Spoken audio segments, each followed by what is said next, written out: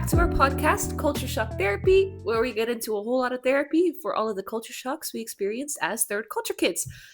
We are your hosts. I am Shauna. This is Tessa. And we have our special guest, Carel. If you tuned in the previous episode, you will have met him already, where we get into some strange stories, to put it lightly. Go ahead and watch that because I don't think you'll want to miss it. Where Carel gives us a little bit of a explanation how his TCK journey started. So we're gonna go and introduce the episode. So welcome to TCKs In Touch with Carel, part 2. This time we're going to be talking a little bit about what it was like for Carel coming back to the Netherlands when he was 18. So for those of you who missed it, in the previous episode he explained that he grew up in Nigeria and in Israel. So actually didn't spend any time growing up in the Netherlands. And when you were 18, you came back, like bam, here's your supposed home country. Good luck. So why don't you take us a little bit into what that was like and what you came to do and how that went, and we crossed paths eventually. And go ahead, take us away. Sure. So when I was 18, I finished my high school in Israel, and in Israel I attended an American high school. So I have an American high school diploma, and crazy experience because you were growing up in Israel and you had so many different cultures there on the school as well, but also just the whole society. The school was located in the Arab part of Nazareth. The school itself was Arab, but they had an American program for international kids. Usually were parents that grew up in Israel, moved to the US, stayed there for a while. When they got kids, they'd move back. And usually these kids mainly grew up with speaking English. And coming back to Israel, they barely spoke any Hebrew, or their Arabic was not good enough for the local schools. So luckily there was a program. And it was really funny because I experienced the Arab side of life in Israel, and I also experienced the Dutch. That's toch. We're not there yet. We're not there yet. I also experienced the Israeli side, the Jewish side of things, and so I had those two cultures, and I also had the American culture that the kids brought back with them. So, there was a Dutch guy blasting Tupac in my speakers, and that was quite a culture shock as well, you could say. Being submerged in 3 different cultures, and you also had the Russian Jews, so you also had some Russian culture here and there.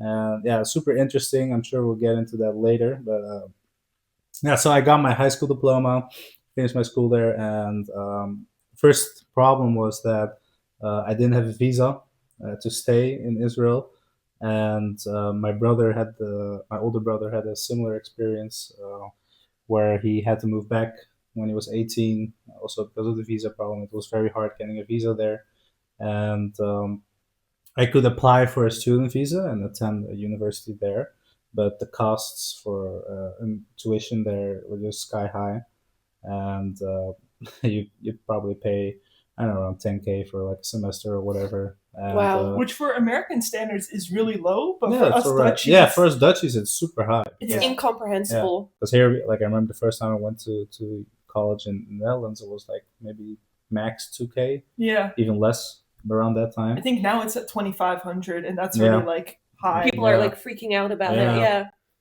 So the most logical path to take for me, and also for my parents, was to send me back to the Netherlands so I could continue my education there. And so there I was, 18 years old, ready for a new adventure.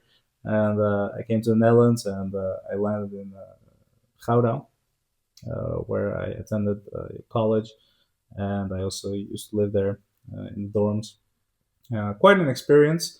It did help me out a lot, though, that straight away I was part of dorms and I think maybe for American standards, it's probably the same as I don't think it's a sorority, but that's for women, right? Oh yeah, the frat house. The frat houses, yeah. So basically, I was part of a Dutch frat house. Brotherhood. Yeah, brotherhood, exactly how also they would describe it in Dutch. I had to go through a week of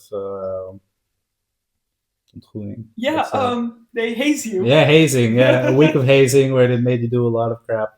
And A week is long though. Yeah, well, it wasn't that.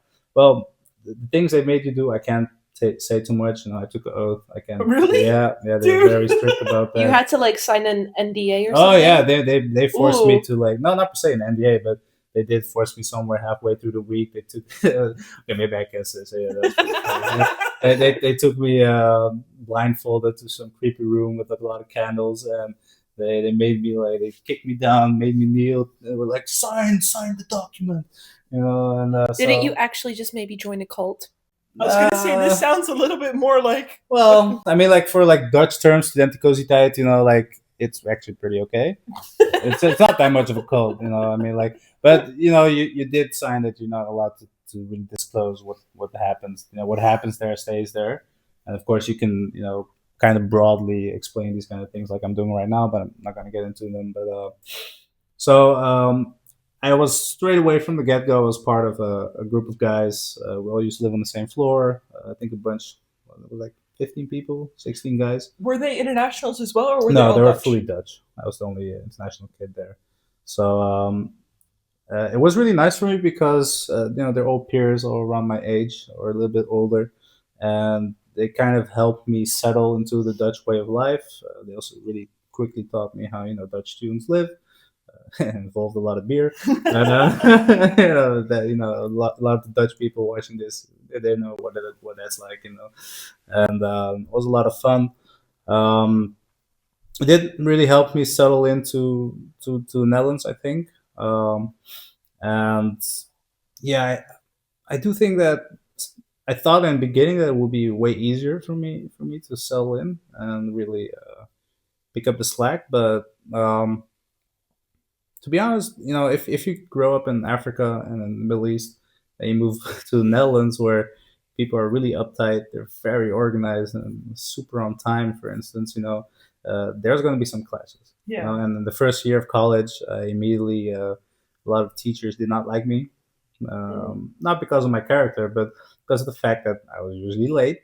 And the funniest part was that the frat house was literally around the corner, but I was still always the one that That's was the just latest. shameful. Yeah, like I'd like 5 minutes before a lesson starts, I'd roll out of my bed and we head to the college class. But shh, not too much, But so the thing is, if you grow up in Africa and in Middle East, time is relative. Like I'll see you tomorrow. It's like a guideline. yeah, I mean, Yeah. if you say around 7, sure, around 7, not 7 sharp. Broadly. Yeah, that could seven. mean 9. Yeah, so time was really one of the first things I had to really get sorted out and used to, because in Africa, the concept of time is very broad, especially where we live. I can just tell you a small story about that. For instance, my dad when he went there, he had this one of his first meetings. He used to also give lectures at a Bible college there, and they had some kind of meeting. I don't know if it was with the Bible college or with the church or whatever, and they had a set time. It was around 10 in the morning or whatever, somewhere around that time. And my dad being Dutch, he was on time. Even 5 or 10 minutes before. As we do. Yeah. As Dutch people expect you to be. And he came there, and there was nobody. And it was just this one random guy sweeping the floor, the janitor or That's whatever. even more sad. Yeah, it's even more sad.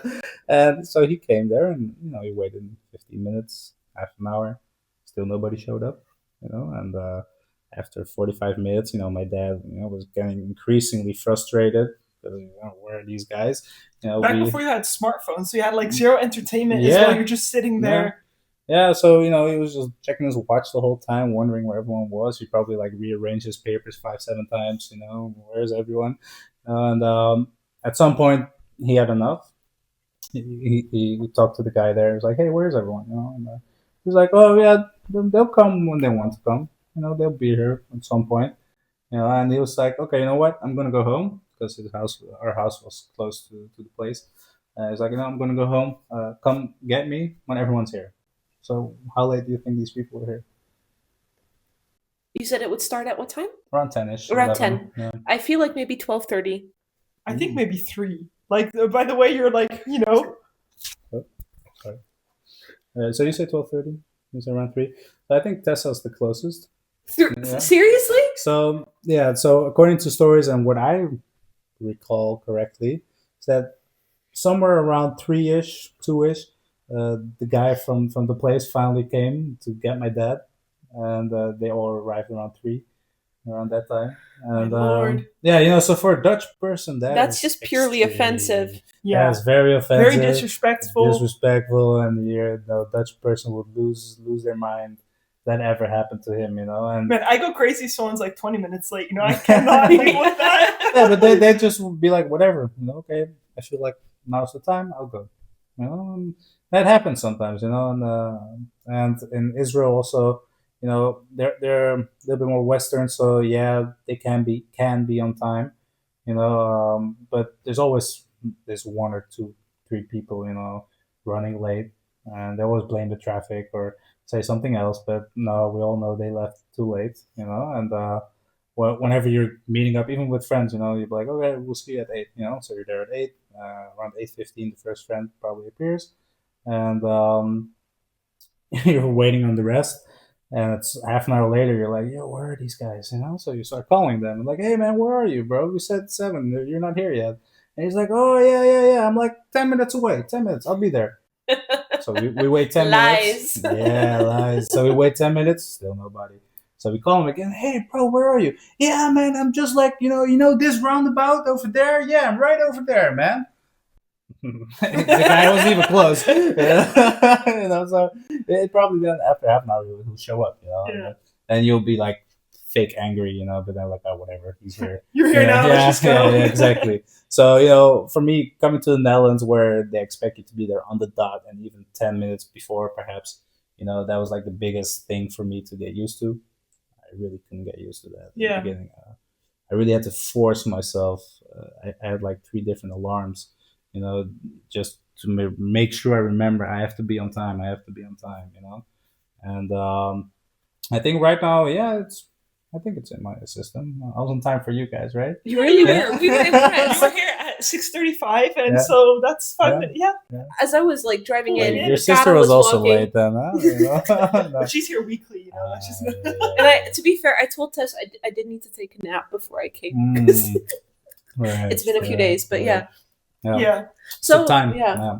I can imagine that's like really tough getting used to. Mm-hmm. And I recall, so you lived in Gouda for a little while. Yeah. And Gouda. Gotta say Dutch. I'm not gonna say you lived in Gouda. That's just weird. How like every non-Dutch person says Gouda. And after Gouda, you moved to Ede. Well, if you want to get into the whole roller coaster, I think I moved around like 5 to 6 times. Before you moved to Ede. Well, no, that was I think with Ede included. So let me just recall. I lived in Gouda.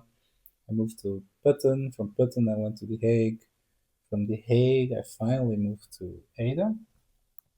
Which is where we met. Which is where I met you, in Huis Elleboog. Yeah, and the student house there. It was a lot of fun. Of all places. Yeah, of all places, To give a little context, I was studying in Ede, like we said in a previous episode, which is quite, it's not that big, Ede. And the school, it's very Dutch and kind of small. You don't expect to meet other third culture kids there. No. And we weren't even studying the same thing. True. And via Facebook... you didn't even live there initially. No, exactly. So you lived in this house, and I didn't know that. I didn't even know you. Yeah. And via Facebook, I found that one of your housemates was going to, I want to say Africa. Yeah, he was going to Africa. For 3 months, and he needed someone to rent his room. And I was like, oh, cool, I want the student experience. And I was chilling there on my first day, and you walked down the stairs. And I was like, oh, there's one of my housemates. And you were like, yeah, I'm Carel. I grew up in Israel. And I was just dumbfounded, like, holy shit, I have another third culture kid here. And I think right away we kind of hit it off. So it was a very short time, but because I only lived there for 3 months. Yeah. But it was still like straight away talking forged English. Iron. Yeah. I feel like automatically as third culture kids, you just have this unspoken connection. Yeah. Because you just don't need to explain. Yeah, you don't need to explain anything. You kind of just understand like where you're at and maybe like especially because you both came back to your home country. Yeah. Yeah. Maybe like the struggle that you're kind of going through in that time of your life. How was that time coming back for you? Well, so for me in the beginning it was really nice. Uh, I do have to say that the way my life panned out, it did involve some external factors, which led me to kind of hop studies. When I first moved to the first year that I lived in the Netherlands, I I had like two heartbreaks or something. Like I had two heartbreaks in a short succession. And I think that really played in my mind a bit, especially since you move to the Netherlands, completely different culture. You have to adjust a lot of levels. Without your family as well. Without my family, yeah, my parents were living still in Israel, and yeah, and then you get distracted. I do have to say that what you mentioned, for instance, for like third culture kids being able to hit it up so instantly. One is the fact that we're very social. We are so used to speaking to other random people that you meet through your network, mainly, of course, through your parents. I mean, when I used to live in Nigeria and in Israel, I met so many random people just from visiting places that were tied to my parents' work, or people visiting us, staying over. Like my parents would have random people stay the weekend over, like other Dutch volunteers or other nationalities. And I feel like you just kind of have to roll with it. Like your parents Yeah. will have people over. It's like, hey, Carel, you're gonna go play with these kids. Yeah, And you just do for sure. because that's just the way life is. You don't really have a choice. And Yeah. No, and also as being a Christian, for instance, if you visit a lot of different churches, throughout your years living abroad, as a kid, you usually always go like to the kids services, and you start playing with the children there, and it's always so different, right? So maybe whereas if you grow up in one place and you go to one church for most part of your life, you always kind of be surrounded by the same people. But if you visit a lot of different churches in a lot of different places, you're always gonna meet different people, and it really opens up your attitude. I could think you could say that you're open to actually talking to different people and just meeting different people.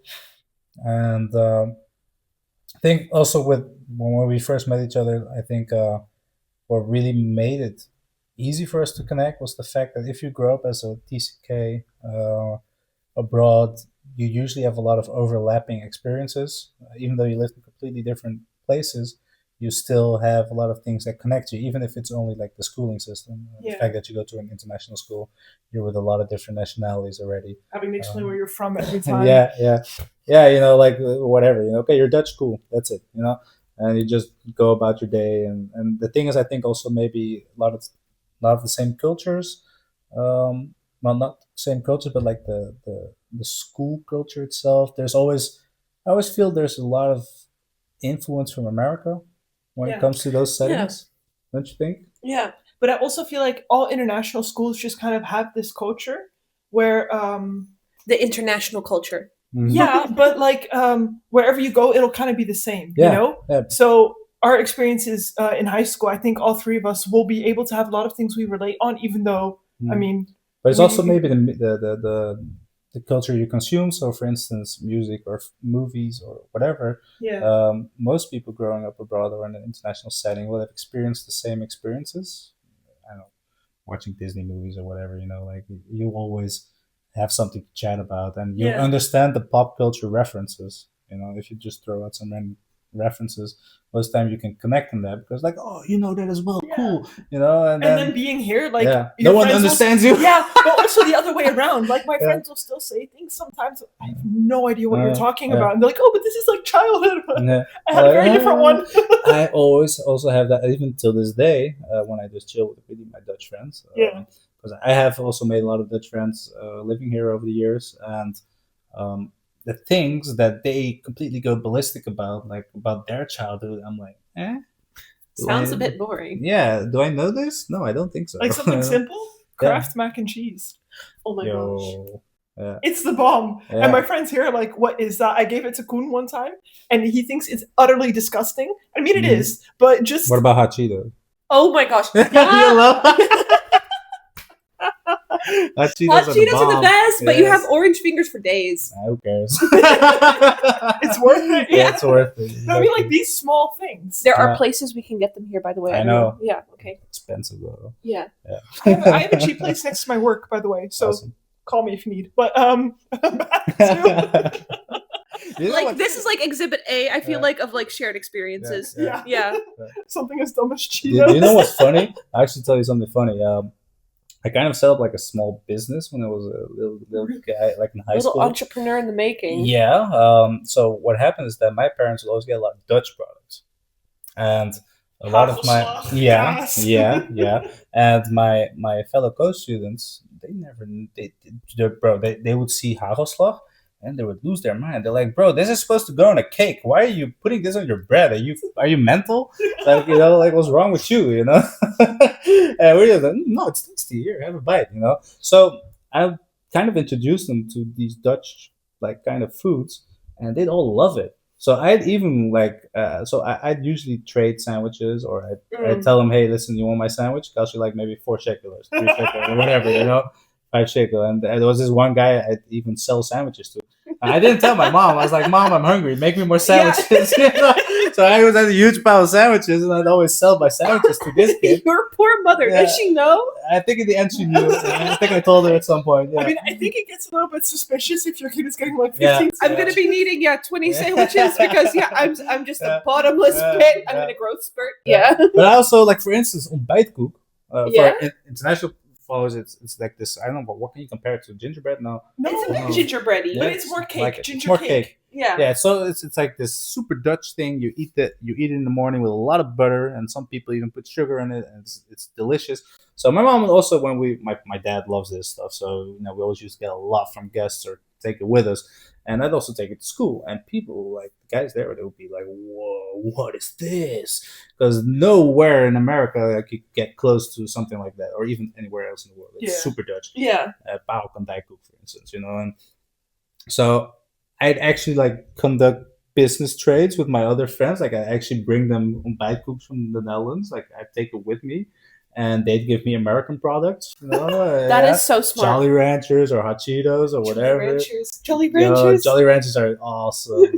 Yeah, but so like all these kind of small things, and I don't know, it was fun. I had that with one of my American friends. I gave her speculoos one time. The spreadable speculaas. Mhm. And she just went crazy. And she visited me last year Mhm. and just like bought to bring back to America. And she got so happy when she found out she could have it when she was here. So I Yeah. made pancakes. But also with also speculoos. stroopwafels. Like people love Always a big hit. stroopwafels. Yeah. Yeah. And then you have like the Starbucks will sell caramel waffles, but not the No, real it's not thing. the same. It's not. No. Yeah. I remember we got so happy seeing them at Starbucks, like, oh my gosh, they have them, and then you eat them. And, It's like, this is a ripoff. This is the Shein version. Yeah. At the expense. But so that's really something funny, that also in these international settings that you have a lot of cultural exchange. Yeah. Also, just me growing up with, for instance, my friends there, a lot of them were Muslim, and they'd actually take me for their Ramadan. They'll take me to have iftar with them. So That must have been really cool to just It be is. like taken into their families for that. yeah, and Quite an honor, maybe, yeah, even. for sure, Yeah. for sure. I'm always really really thankful for that kind of stuff. So the food was Arab food is delicious. So Yes. it is great, and One of the reasons I miss living in Dubai, going to Mm. the souks and eating like their local food and all the spice baskets. mhm. Yeah, our dad lives in And- Dubai right now for his work, and it's just like he's just in heaven, with the nice warmth and getting to have all that food, and we're here eating So, our yeah. own bijtkoek. So talking about integrating into the Netherlands, the food. Yeah, no. But really though, really, because like at my work, I'm always known for my lunches that I bring. Because they eat yogurt and fruits. Like, no shade to my colleagues, because y'all listen. I am not shading, just my personal preference. No. They'll have like sandwiches with like cheese or their yogurt or Mhm. things like that, and I'm just like, it does not spark joy. No, broodkaas. Broodkaas, it does And not spark. food should spark And joy. Like, stampot, Yeah. like, I'm sorry, but no. No. Food is not. I feel like the thing here is it's so functional. functional. Yeah, it is. Yeah. And it's pure enjoyment. I remember this one time, like in my first job, I made I forget what it's called, but it's where you have like the sushi on the inside, and then you have the rice, and then you fold the seaweed over it. So it's like a triangle that you eat like a Is that sandwich. nori? I think maybe. Yeah. But so I made that because it was my first day of work. I wanted a good food. And this colleague comes up to me. She's like, "What is that?" And I explained to her like, "Oh, I used to eat this in Singapore all the time." And she literally announces to all of my colleagues, "So she's eating something international because she's not Dutch." What? And I was like, Literally, why? Why do we need to announce this? It's just lunch, and they all thought it was so weird because it's not a sandwich with cheese; it's something else. Yeah, but it's like, it's the highlight of your day. It's functional. Yes, Yeah. I look It forward to stimulates lunch. your taste buds and variety. And for heaven's sake, please use spices. Yeah. My Hey, favorite moment though was with New Year's Eve 2 years back. I had all of the friends here, and I cooked for them, and I made rendang, and I made butter chicken. Yo. And eventually, like everybody, had had quite a few beers, and we were just chilling. And when I go to the kitchen and I see one of Koen's best friends, he's just like eating the butter chicken. Yeah, it is delicious. But like going back to the spices part, okay, I'm gonna make a small joke. I hope no one gets offended. It's not that bad, but never sell your own supply. What do you mean? Like salt? VOC. Beos? Oh. Ah, there we go. Yeah, but then you need to be into the history books to like. So for the viewers out there, the VOC is a big trading company in the 1600s by the Netherlands. What they would do is they would trade a lot of spices. They go to Indonesia, Asia, also to South America. They get all the spices there and take them back to Europe, and they would get super rich of it.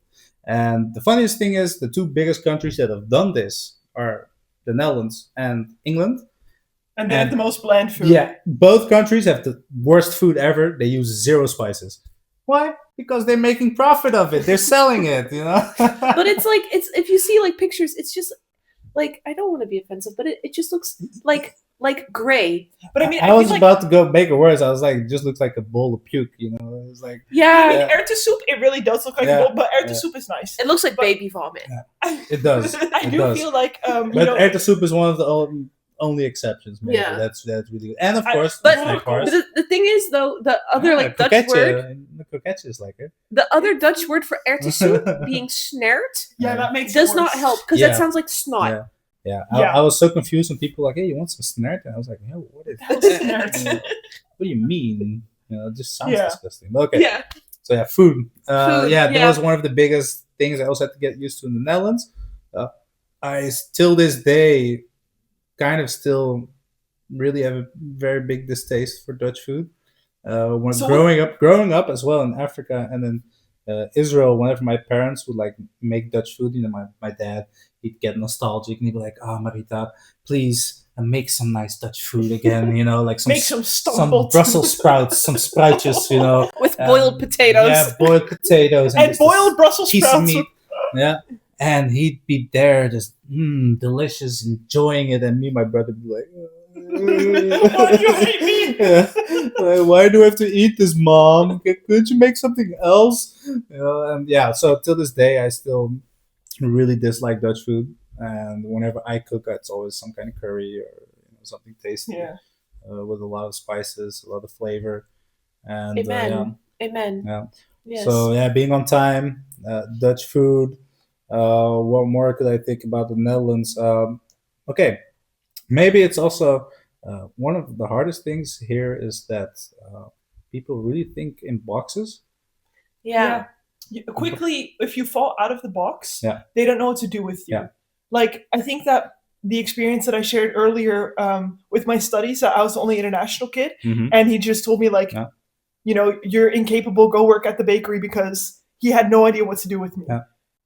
It's so, like, far. We're far too from logical. Far from your bench show. Yeah. We're too logical as a nation, I think. Yeah. We're very, very straightforward. Always, also in our communication style, very direct. And don't stick out. No, like, don't stick out. Be mediocre. Be normal. Yeah. Yes. Be because normal. you're already crazy enough then. Yeah. And I feel like it really can make third culture kids feel out of place. Yeah. Because you're constantly being tamed, even though that's not who you are. Yeah. And you're trying to figure out who the hell you are because you just moved here, and then you're constantly having all of this. You described that a little bit too well, because man, that is a little bit triggering. Ooh, I feel this like rage coming up a little bit. Yes. Share. Do you know what it was for me? for me, it was like coming into the Netherlands. You kind of have this kind of main character energy because I'm serious. Like really, yeah, you have this main character energy. Yeah, Everybody knows I'm international. yeah, exactly. We look so Dutch. Yeah, you we're and me. super Dutch. Yeah, yeah. But the thing was, when you grow up in these different cultures, you are kind of an attraction because you really stand out from the rest, especially if you go to Asia or Africa. People will touch your hair. Yeah. One person asked me, "Can I cut your hair and melt it? Will it turn into gold?" Wow. Yeah. I've never heard that one before, but okay. I honestly feel like, are you dumb? Like that's really not how it works. Do you know in Africa they thought I was a reincarnation of a wise old man?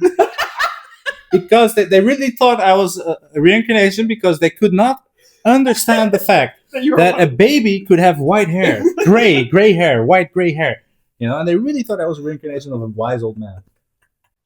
That just became your character. Yeah, like your identity. And the funniest thing was like also like they had like when we moved there, a lot of the people there was really something unique for them. They had never ever seen a white baby. I'm serious, because the thing is, maybe people watching like, oh, what's this guy on? You know, like I mean, surely they've seen a white baby somewhere. And also, this is like 25, 30 years ago. Yeah. So it's also before like all today. the media and everything, and just like the whole I mean, we didn't have internet there. If we wanted to send emails, we'd have to go to like the telephone pole and maybe hope that the satellite is close.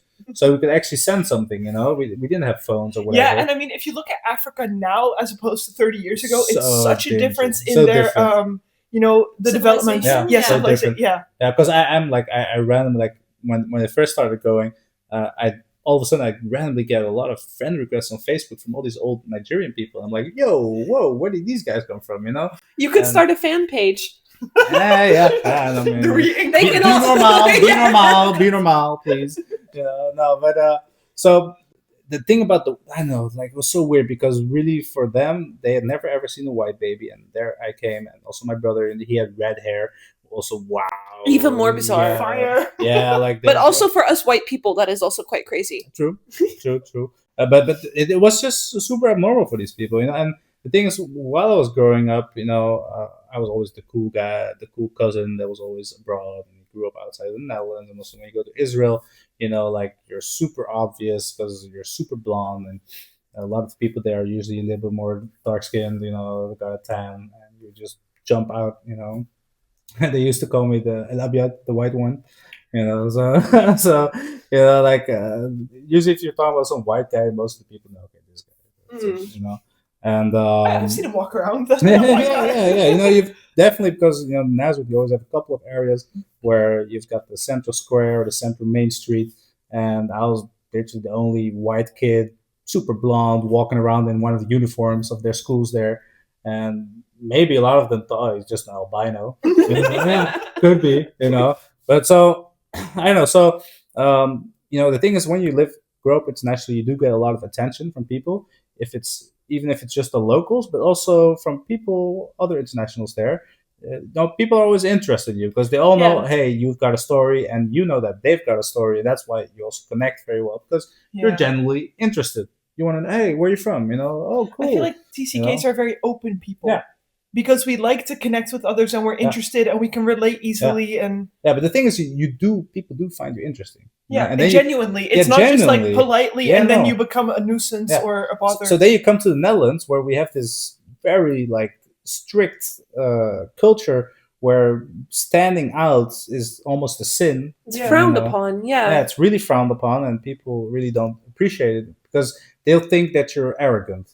Or you're attention seeking. Yeah, attention seeking or arrogant, and oh, look at this guy being cool. Or for instance, spoiled.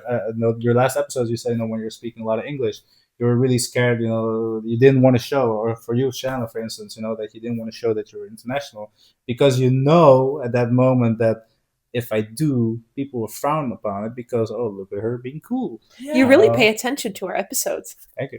Carel relates. I mean, hey, I was going to be a guest, so I'm studying. At least I could watch some episodes, right? You know, so I think as a TCK, you also a lot of people that are TCKs we kind of have to deal with the fact that we're used to main character energy, Yeah. and Without it being conceited or arrogant. but that's the thing. So we don't go around thinking we're the bomb or we're the shit. Because it's reciprocal. It's Yeah. not just that we're the ones getting the attention. We get attention, You're but equally we give. Yeah. as Exactly. invested. Yeah. And the thing is, for you, it's supernatural, like very natural that you're that you grew up like this. But when you, like in your previous episode, when you mentioned that you're telling someone, yeah, I grew up, in Dubai or somewhere else, they're like, what, Yeah. like they'll be shocked, amazed, or whatever. And Or they immediately have this preconceived idea. Yeah. Because like the gardener's cousin's daughter had a mansion. So we had a mansion and we're spoiled and whatever. Even though in Dubai, we lived in this really tiny house. compared to Dubai standards. But even just compared to Dutch standards, we lived really small. There was just sand. There's this one swimming pool we could use that was hotter than it was outside.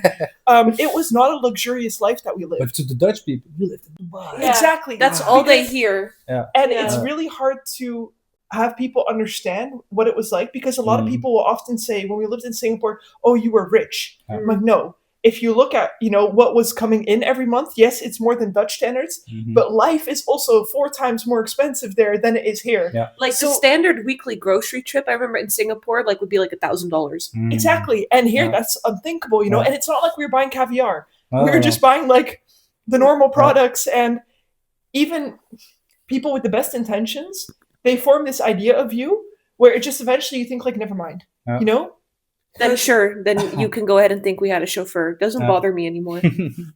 But okay, so Sidetrack. Gotta keep your legs in check. No. Just kidding. There's a door.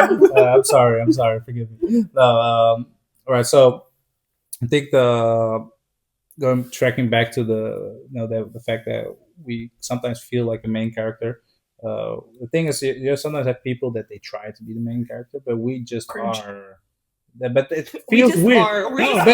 It feels weird to say it, but like if you think about it, we just are, because we've had such a different upbringing. We've had such a different way of growing up. All the cultures we've places we've visited. As you were on your previous episode, you were talking about going to Bali. Like it was super normal for you because it's close by, but to people here, it's like, oh my god, you're going to Bali, rich kid.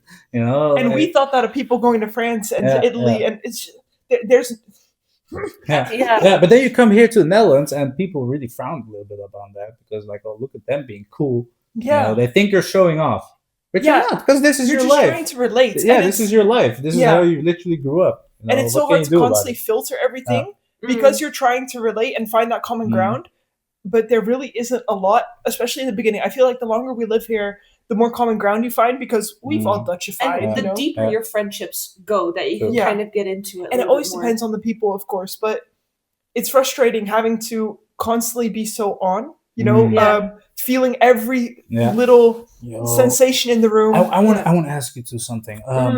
Do you both, I've been thinking about that lately, do you both think that TCK, so us, do you think we have an extremely high emotional intelligence? I do. Because of what has been forced upon us as younger kids. You're always adapting. Yeah. And you're a chameleon. Because I said that at work recently, actually. I'm not done yet creating the Tessa that the workspace needs me to be, because I'm not just coming in and being myself. I am constantly hypersensing everything, and in my head forming a person that will be acceptable in this situation. And they will not recognize me in this situation, you're constantly... I am in agreement, and you constantly need to filter which version of yourself you are showing different kinds of people. And I feel like that could... in our emotional intelligence, I feel like we can have a bit of like identity problems sometimes, because you're constantly adapting to the person you are engaging with instead of being you. Sometimes you're like, I don't even know who this is. Who am I? Because I'm like 20 different people. Yeah. But it's to see like what somebody is needing, what somebody maybe like can handle and relate to. sometimes like if you're telling like a story like you were doing in the previous episode, like the bizarre things you experienced, and people are telling about their crazy stories, you're like thinking, can I share my crazy story, or is that really out of touch? Yeah. You know, and Yeah. how will there be Because response? like honestly, 9 times out of 10, your story is gonna like trump their story. And people would just be like, Yeah, okay. yeah, Like it's just a dead end in the And conversation. now, because, yeah, yeah, they don't know how to respond to it anymore. Because you kind of alienate yourself then at that point. yeah. By sticking out too much. Yeah. And it's actually, if I think about it, it makes me a little bit sad that like that one of the downsides that because of this is you constantly need to like play this game of chess with everyone around you, and you can't really fully authentically be yourself. But then I'm interested because I'm just going to fill this in for you, but I'm guessing that you can really relate to everything that we're saying. Oh yeah. Your eyes are like, do you guys have moments or people that you are fully yourself with? For sure, you too. For sure, you too. Yeah. I think if in my case, I think it's the people that have. If you're talking about Dutch people, I think it's really the people that are open-minded themselves. Yeah. If a Dutch person is open-minded enough to go that far, then yes, you can be truly yourself. So I have a couple of those friends that are super Dutch, grew up in Tolen, really good friends of mine, and I've known them for a very long time. I think almost like 8-9 years now. I met them in the second year that I lived there, and I moved to the Netherlands. And their family has always already been very open. Their parents and mother, God bless her soul, she is lovely. Really, she opens her house for everyone. Yeah, you can always drop by, and they kind of adopted me, we could say, almost. Yeah. And the thing with those people is that they're very open to your stories. They want to hear your stories because they find it super interesting. And for instance, the mother also, she has a big love for Israel, so she wants to hear everything about Israel, and they really welcome you. And they also do themselves, they sometimes visit missionary work in Indonesia, and they're already connected. You could say that they're very international people themselves, even though they're Dutch and they grew up there. They're very international oriented. They're open. And with those people, yes, you can be yourselves. And I have luckily met those kind of people here. But usually it's kind of tough. It's limited. If you really meet like super Dutch people that are from a village somewhere, or they've like lived all their life out there, if they've never had any exposure to different cultures or different places or whatever, it's hard. You really can't level with this person, or not to be rude, or you have to really dumb yourself down, like really limit all your international experiences and whatever, and you can maybe mention some things, but you really have to create a persona or like a very many boundaries. Yeah, and you really have to match their experiences. Then yes, you can become friends with them, and then maybe in the long run you can expose yourself more and more, but it takes a lot of patience. Yeah, you can't just come in straight off the bat. No, because they're like, it's overwhelming. But it is very, to be honest, I think if you go through that kind of process, it is very tiring, you could say, because you have to really watch what you're doing, what you're saying, who you are, and you create this fake version of yourself, and to be honest, you don't feel comfortable in it. I feel like those friendships also don't really last often, unless you really can eventually find that connection. True. But so I don't know for you too, but for me personally, whenever I meet international people, it doesn't matter where they're from, Italy, Greece, wherever, I immediately I get into it and I love it, and you're on. Yeah, you're on. But then if you meet some random Dutch person, you're always, it's always so kind of guarded or something. Yeah, you're always very guarded, and like you really have to see, okay, what kind of character does this person have? If they are, is it safe? Yeah, is it safe? Is it safe to be yourself with these people? And it's to me sometimes it's very tiring, and I do have to say that you could say at some point I was almost getting depressed of it, because you're living in a society where sticking out or being extra or being different is kind of punished. You're constantly fighting against the currents. And also something that pisses me off is then that if you do get into like a Dutch space, and you do tell them about your international past and whatever, sometimes people will use you for clout. They'll use you to be cool. But like, oh yeah, have you met this guy? He lived in Israel, man. Yeah, but then in the end, they don't give a shit about you. They just want to be cool. Be like, hey, I've got someone that grew up abroad, Yeah. and they really use you to get attention for themselves. That they're cool. That they have these kind of friends. Yeah. And Yeah. it's really annoying and really tiring to filter those people because you have to. And I think that's what made it like coming up for air when we met each other, because I hadn't met any other third culture kids yet until I met you. Mhm.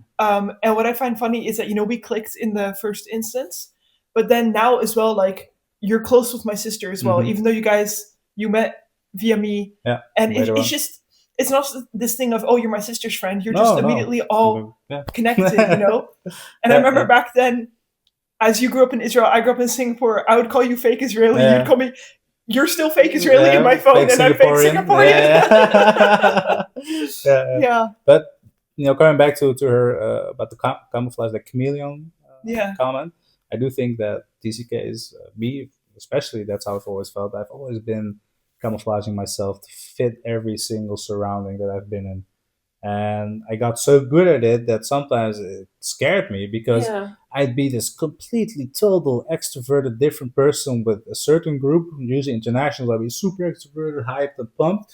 And then with other Dutch people, I'd be real calm and cool and collected, or, it'd be very timid or shy and, not really want any social interactions, but then, as you say, who am I? Like Kind of spirals into an identity crisis. Yeah, because at some point, like right now, like when with you guys, I feel really nice and chill and confident because I can be myself and I can be crazy and talk whatever I want to talk, and I know you guys won't condemn me or talk weird about me. So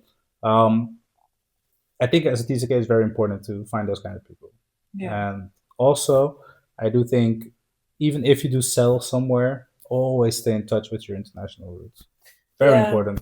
Good one. Because you will lose a part of yourself that you're so happy with to be, especially. And I feel like it goes slowly. Like, you don't even realize it at first until one day you're just like, oh, dang. Yeah. Like, that moment we talked about when the 5-year mark hit and you were like, I'm Dutch. Yeah. Especially with the whole out of sight, out of mind thing. You didn't keep in touch at first. You really need. Yeah, you need to come back to that, because I feel like also since we started this podcast, I was talking about it with my work colleague today, is it's bringing up a lot of things, like a lot of feelings and memories and like fun times and bad times and everything. And I remember just in my first year here, I went to a birthday party. We were sitting like in this Dutch birthday party circle, and I'd only lived here for, I think, 4, maybe 5 months. And like all of these people were there, and it was the first time I had ever met them. And I was just like a deer in the headlights, just like kind of like looking around like, what is going on? And like people at the party were like leaning in next to each other and being like, does she speak Dutch? And I heard that and I was like, what the hell?